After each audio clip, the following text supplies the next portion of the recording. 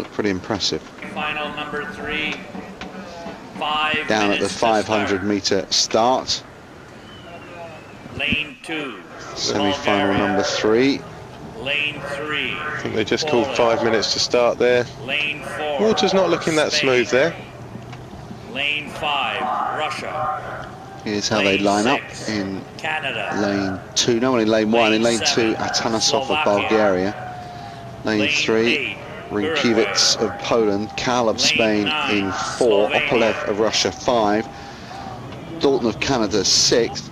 Ostrcil of Slovakia 7. Correa of Uruguay in 8. And Pozek of Slovenia in 9.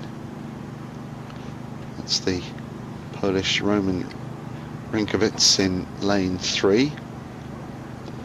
Lane 4, Spaniard David Cal. Lane 5 is Maxim Opalev with the red bandana in lane 5, the Russian there. Lane 6, Richard Dalton from Canada.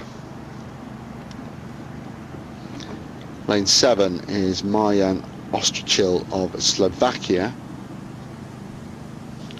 Lane 8, Mauricio Correa of Uruguay.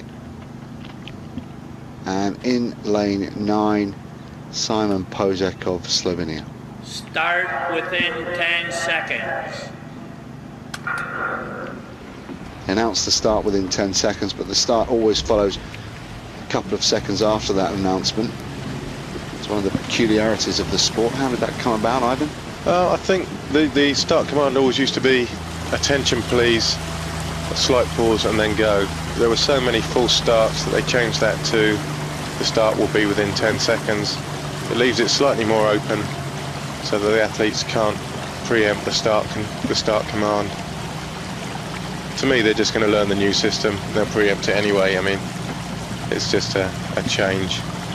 That's Opalev in view there, lane 5. Has to be the favourite to take this event, and probably the 200-metre event with it. He's already qualified for the 1,000-metre final. He's my favourite for that as well. Might be a bit of an outside bet for that, but I'm sticking with it. The other athlete in this one, who's also qualified for the 1,000-metre final, is the Bulgarian in lane 2. 200 metres to go, and it's Opalev of Russia out in front by half a length now. Richard Dalton closest to us, the Canadian, trying to get back on terms with him. Top of your picture is the Bulgarian Stanimir Atanasov, but it's Opalev all the way. All three of those countries represented in the 1,000-metre final, although the Canadian is different for the 1,000-metre, Steve Giles rather than Richard Dalton. But it's going to be Russia, Canada and then Bulgaria comfortably through, fill the last 3 places in the final, which will be Sunday morning. Yeah, no doubt about the 3 qualifiers there. Opalev of Russia, Richard Dalton of Canada, Stanimir Atanasov of Bulgaria.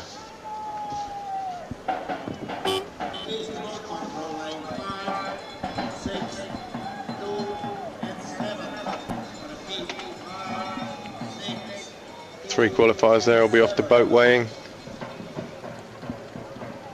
Here they come across the line in slow motion. Opalev easing up towards the end, the Canadian easily through, Bulgarian also. 4th place, the Spanish. David Cal 4th, yeah. It's missing out. Roman Rynkiewicz of Poland 5th. Marjan Ostrcil 6th for Slovakia. Simon Pozek 7th for Slovenia. And last in 8th position, Mauricio Correa of Uruguay. Slow motion of, I think, the eventual winner, Maxim Opalev. Fantastic strength. Very tidy technique. Good use of the legs, the hips, the back and the shoulders.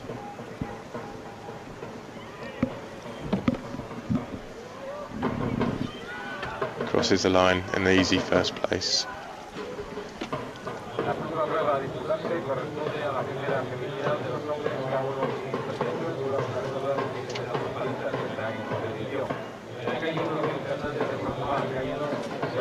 So that's the third and final semi-final for the men's C1 500. They get a rest now through till Sunday morning, unless of course they're in the 1,000 metre final, in which case they're on again tomorrow morning.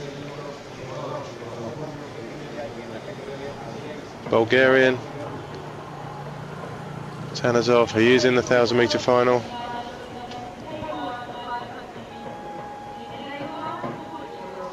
And now he's in the 500 metre final. Good weekend for him. The reverse angle, just to confirm these three qualifiers. No doubt about it at all. Spaniard the one to miss out.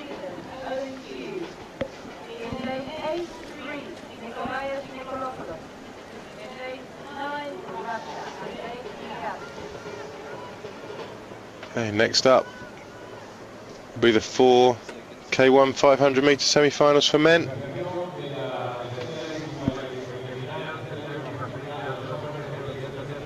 Some very tight racing due there. And some British interest as well, with Paul Darby-Doman going in semi-final number 2, as we look at the unofficial results for that last C1 500 semi. We'll take a break. We'll be back with more 500 action after.